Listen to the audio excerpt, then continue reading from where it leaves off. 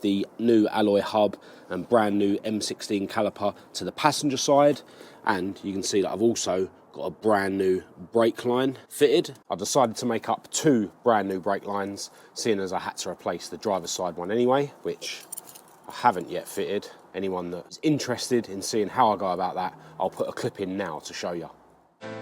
I use this type of flaring tool with a handle, and I use copper for my brake pipe.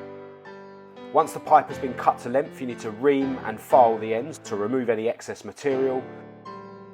Then you need to insert the pipe into the tool, but make sure you leave the bolts on the side of the tool finger tight only. Then you take this threaded piece from the kit and screw it into the side of the tool, and then once you know the copper pipe is leaning against that threaded piece, you can then do up the bolts on the side of the tool and remove the threaded piece. This other threaded piece is the die that makes the flares. One end of it is labelled Op1. Always use that end first. Dip that end into the grease that comes in the kit and then thread it into the side of the tool all the way, and then take it straight back out again. If it's a single flare you're looking for a male brake fitting, then the job is done, so you can undo the bolts on the side and reveal a perfectly made flare. But if it's a double flare you're looking for a female brake fitting, when you unscrew the die, you need to turn it round, dip the other end in grease and screw the other end into the tool to create that double flare.